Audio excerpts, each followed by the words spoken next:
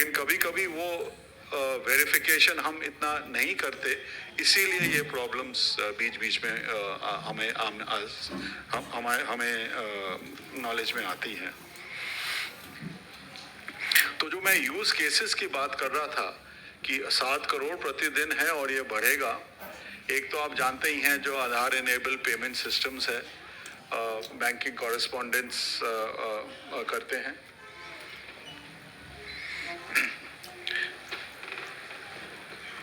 अमित अग्रवाल जी का welcome, additional secretary. तो एक तो यूसेज जो है आधार इनेबल पेमेंट सिस्टम्स है, एक जो अब तक इतना यूज नहीं हुआ है और फ्यूचर में होगा, और वो है ई साइन। कि आप जैसे कोई भी डॉक्यूमेंट है उसको डिजिटली आप कोई भी साइन कर सकता है कि मैंने साइन किया है कि नहीं, वो प्रमाणित भी हो सकता है कि वाकई में साइन किया है ये। तो वेदर वो लैंड रिकॉर्ड का डॉक्यूमेंट हो, कोई सेल डीड हो, कोई और तरह का अग्रीमेंट हो, उसमें डिजिटली साइन हो सकता है। और इसका जो इस्तेमाल है वो भी आगामी दिन में बढ़ेगा।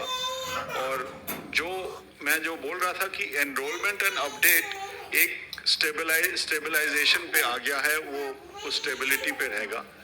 और जो अपॉर्चुनिटीज है आप जैसे सीएससीज के लिए, वो है कि आधार का किस तरह जो डिफरेंट यूजेस हैं वो कैसे बढ़ेंगे। मैंने एक बोला जो 1100 स्कीम्स हैं, डिजिटल इंडिया का जो विजन है कि डिलीवरी ऑफ सर्विसेज डिजिटल माध्यम से हो, उसमें बढ़ेगा। बैंकिंग कॉरेस्पॉन्डेंस का तो आप जानते ही हैं, फाइनेंशियल सिस्टम में आधार का यूसेज फॉर ऑनबोर्डिंग जो ई-केवाईसी बोलते हैं उसके लिए बहुत है, तो उसमें यूसेज है। ई साइन है जिसका अभी इतना प्रचलन नहीं हुआ है, वो है।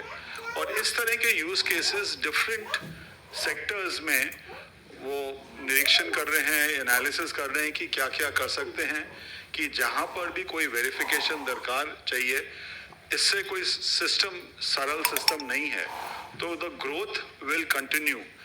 कभी कभी कुछ लोगों को लगता है कि कुछ सर्विसेज उनसे बंद की जा रही हैं तो उनका ग्रोथ नहीं रहेगा। मैं यही बताना चाह रहा हूं कि हो सकता है कुछ सर्विसेज का रिडक्शन हो, उसमें और सर्विसेज का ग्रोथ भी होगा।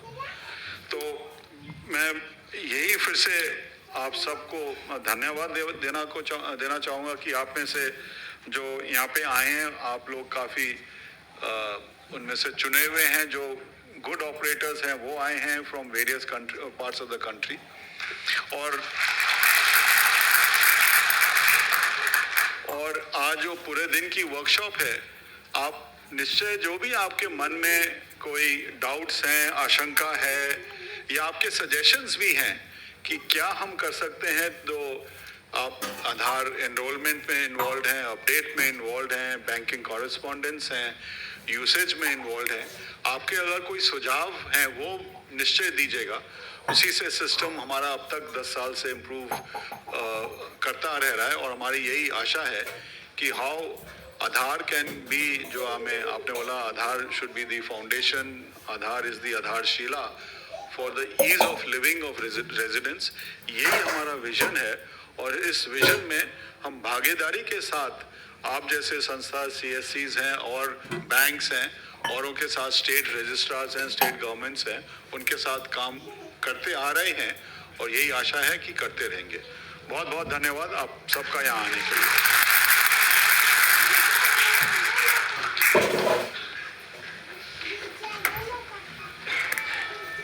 Thank you so much sir. जैसा कि सौरभ सर ने बताया कि जो विजन है वो ईज ऑफ लिविंग है, और वो ईज ऑफ लिविंग तभी पॉसिबल है जब आप सभी का साथ रहे। और सर बता रहे थे कि किस तरीके से 7 करोड़ ट्रांजैक्शंस, इम्प्रेशंस जो है वो रोज़ रिकॉर्ड होती हैं भाई, मतलब रिकॉर्डिंग इतनी ज़्यादा है। सो मैं ये आप सभी के माध्यम से और जितने भी हमें ऑपरेटर इस समय ऑनलाइन देख रहे हैं उनके माध्यम से एक वादा करना चाहूँगा सर को कि 7 करोड़ से 15 करोड़, 20 करोड़ और 70 करोड़ तक इसे लेकर जाएं, लेकिन हमारा साथ आपके साथ ज़रूर रहेगा। तो आप हमें काम दीजिए और हम आपको वो करके दिखाते हैं। ये वादा हम आपकी तरफ से करते हैं। So आगे बढ़ने से पहले we are fortunate enough that we are joined by the additional secretary मेटी Shri Amit Agarwal जी। मैं संजय सर से अनुरोध करूंगा उन्हें एक बुके और पुस्तक भेंट करके आज के कार्यक्रम में उनका स्वागत किया जाए।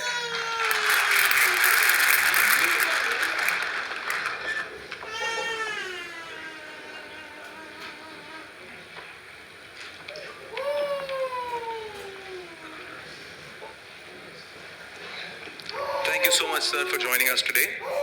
And so moving on, जैसा सौरभ सर ने बताया और उनकी स्पीच से काफ़ी ऊर्जा एनर्जी हमारे अंदर भर गई है और मैं बहुत एक्साइटेड हूँ, शायद आप भी होंगे, कि किस तरीके से नई चीज़ें आज हम कुछ सीख के जाएंगे और आधार के बारे में कुछ नई अपॉर्चुनिटीज़ हैं आपके लिए जो उनकी टीम आपके सामने रखेगी। सो आगे बढ़ने से पहले जैसा कि हम शुरुआत से ही कह रहे हैं कि आप हमारी टीम हैं और आप ही की वजह से ये काम पॉसिबल हो पाता है। सरकार कितनी भी नीतियां बनाए, लेकिन अगर वो ग्रास रूट लेवल पर हमारे ऑपरेटर्स, हमारे वीएलईज उसको फुलफिल नहीं करेंगे तो शायद वो स्कीम अधूरी रह जाती है। सो ऐसे ही कुछ ऑपरेटर्स को आज हमने देश भर से हमारे सामने, वे फॉर्चुनेट इनफ कि वो आज हमारे साथ जुड़े हुए हैं और उनको एक अवार्ड्स के जरिए हम लोग उनके काम की सराहना करना चाहेंगे। तो सबसे पहले मैं सौरभ सर से रिक्वेस्ट करूंगा कि हमारे साथ जो ऑपरेटर्स आज आए हुए हैं उनको एक अवार्ड गिफ्ट करें। सो सबसे पहले हमारे साथ नारिया जैनी जी हैं गुजरात से, मैं उन्हें रिक्वेस्ट करूंगा स्टेज पर आने के लिए।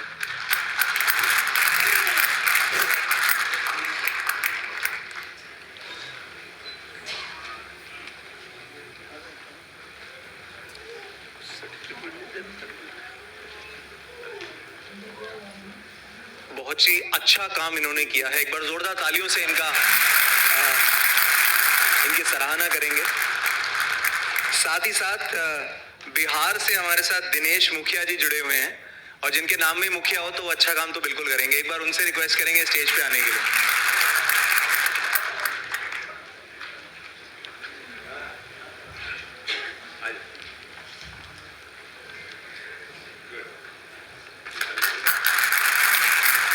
वेस्ट बंगाल से शेख मोर्तुरल जी हैं, ये भी बहुत अच्छा काम कर रहे हैं अपने स्टेट में, इनसे भी रिक्वेस्ट करेंगे स्टेज पर आएं और अपना अवार्ड लें।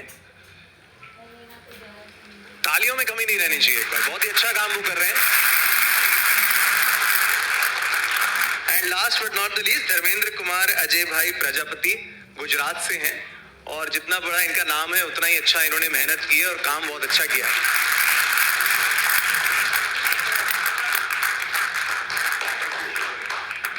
Thank you so much.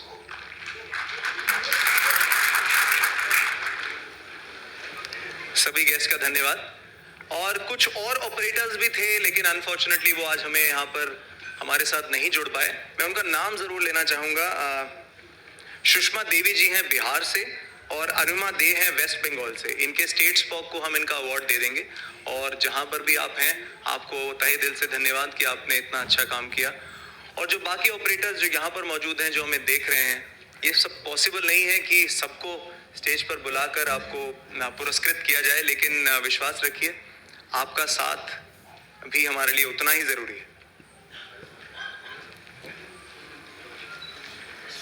तो चलिए बातचीत के सिलसिले को आगे बढ़ाते हैं और अब मैं अनुरोध करूंगा डीडीजी UIDAI श्री संजय कुमार सुहानी साहब टू एड्रेस द ऑडियंस। एक बार तालियों के साथ उनका स्वागत किया जाए।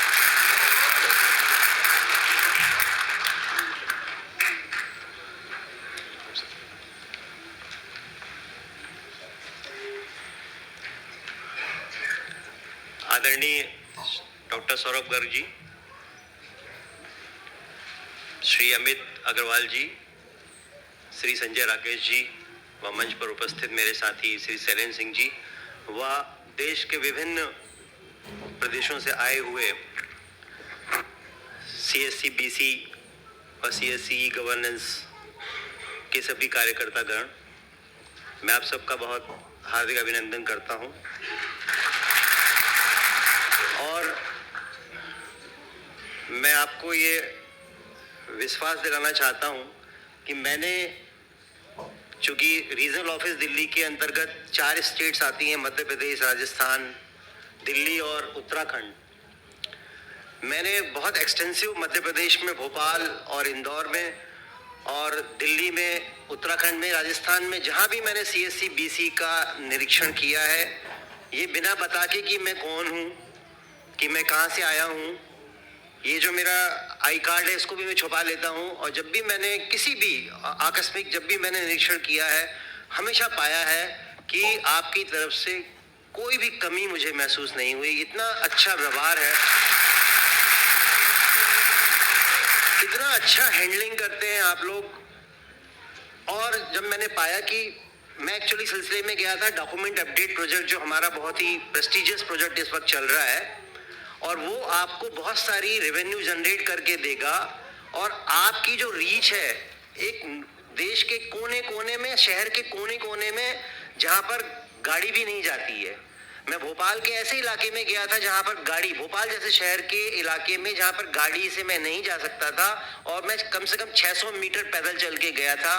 और वहाँ पर मैंने देखा तो हमारे जो कार्यकर्ता थे, CSC BC थे, वर्जन 166 की बात कर रहा हूँ मैं, पिछले महीने की वर्जन 166 लोड हो गया था, और वो पूरी तैयारी से बैठे हुए थे कि मैं चेक करने गया था 166 ऑटोमेटिक अपलोड हुआ है या नहीं हुआ है, और हम डॉक्यूमेंट अपलोड कर पा रहे हैं कि नहीं कर पा रहे हैं। हर जगह मैंने पाया 166 मुझे अपलोडेड मिला। एक जगह मुझे, जो मैं एक्सपीरियंस आपसे शेयर करना चाहता हूँ, जब मैं गया तो मैंने देखा कि उनका बंद, मतलब वो बैठे हुए थे और 3-4 लोग और थे, वो आपस में मिलके उनकी कुछ गप्पें चल रही थी। तो मैंने उनसे पूछा कि तुम्हारा सिस्टम क्यों बंद करके रखा हुआ है? तो उन्होंने कहा कि सर क्या है, यहाँ पे ज़्यादा लोग आते नहीं है, तो जब 2-3 लोग हो जाते हैं तभी मैं मशीन खोलता हूँ। तो मैंने कहा फिर इतना कम में कैसे आपका कार्यक्रम चलता है, कैसे दुकान चलती होगी? तो बोलता है सर क्या है, यहाँ पर कुछ सेंटर जो है इलीगल चलता है कुछ दूर पे, जिसके कारण हम लोगों को ज़्यादा फुटफॉल नहीं आता, ज़्यादा लोग नहीं आते हैं। तो सबसे पहले तो मैं वहाँ उपस्थित लोगों से जो बैठ के गप मार रहे थे, मैंने उनसे पूछा आपका क्या काम है? तो इसने कहा साहब मुझे आधार एड्रेस अपडेट कराना है, किसी ने मोबाइल अपडेट कराना है, तो किसी ने कहा साहब मेरा कुछ क्वेरी थी जो वहाँ एड्रेस की जा सकती थी। तो फिर मैंने उनसे कहा कि भाई ऑन तो कर लो। तो उन्होंने ऑन किया, उन लोगों का काम किया, और फिर जब उन्होंने बताया कि शेयर करने से मुझे डर रहे थे वो, फिर जब उन्होंने बताया कि थोड़ी दूर पर एक सेंटर चल रहा है, तो मैंने उनसे बोला कि चलो चलते हैं वहाँ पे। तो उन्होंने कहा सर मेरे को पहचानता है, मैं आपको एड्रेस बताता हूँ, तो आप खुद चले जाइए। मैं खुद गया वहाँ पर अपनी टीम को लेके, देखा मैंने वहाँ पे नाम लिखा हुआ था कि आधार का कार्य होता है, लेकिन उस समय कार्य हो नहीं रहा था। लेकिन फिर मैंने अगले दिन फिर पूरा चेक कराया, और मैंने पाया कि वहाँ कभी कभी एक मशीन लाके कार्य किया जाता है। उनकी इन्फॉर्मेशन बिल्कुल 100% सही थी। हमने तुरंत उस मशीन को डीएक्टिवेट कराया, ब्लैकलिस्टिंग कराई उसकी, उस पर पेनल्टी लगाई। और उम्मीद करता हूँ मीना जी थे वहाँ पर, शायद यहाँ पे आए भी होंगे भोपाल से, तो उनके सेंटर पे फुटफॉल बढ़ा होगा। तो आप इस मामले में बिल्कुल नहीं हिचकेंगे। कोई भी अगर आपको ऐसा लगता है कि आपके फुटफॉल में कमी आने का रीजन जो आपके बियॉन्ड कंट्रोल है, वो आप हमें त्वरित बता सकते हैं और हम उसमें कार्रवाई कर सकते हैं। मैं आपको एक चीज से और अवगत कराना चाहूंगा कि जो हमारे यशस्वी CEO महोदय हैं डॉक्टर सौरभ गर्ग जी, हर सप्ताह हमारी वीडियो कॉन्फ्रेंसिंग होती है, और अगर मैंने गलती से भी अपना माइक एक बार ऑन कर दिया तो डेफिनेटली वो आपको चांस मिलेगा बोलने का, और कुछ भी बोल सकते हैं उस मीटिंग में। हर वीक मीटिंग होती है, कुछ भी एक्सपीरियंस शेयर कीजिए, और उसका निदान आपको शाम तक या अगले दिन वो एक नई SOP बना के या कोई भी ऑर्डर निकाल के आपको दे दिया जाएगा। इतने ज़्यादा एक्टिव हैं हमारे CEO महोदय। तो मैं आप लोगों की कोई भी समस्याएं हैं, सब उनके नॉलेज में हैं। आपने उनके उद्बोधन में सुना होगा कितना डीप पेनिट्रेशन से वो बात कर रहे थे। मैं आपको वही शेयर कर रहा हूँ, जैसे मैंने एक इंदौर में, आपको लगा होगा मैंने पूरे वीडियो बना के डाला था जब मैं इंस्पेक्शन करने गया था कि भाई कैसे अपन डॉक्यूमेंट अपलोड को बढ़ाए। तो मैंने उनकी बाइट ली थी, वीडियो रिकॉर्ड किया था, और आपके जो व्हाट्सएप ग्रुप है हमारा CSC BC का, उसमें शेयर किया था।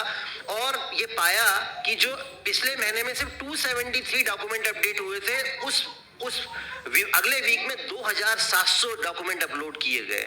इसका मतलब आप लोग जिस स्ट्रेंथ से काम कर रहे हैं उससे 10 टाइम्स ज्यादा कैपेसिटी आप में है, और वो कैपेसिटी को यूटिलाइज करना बाकी है।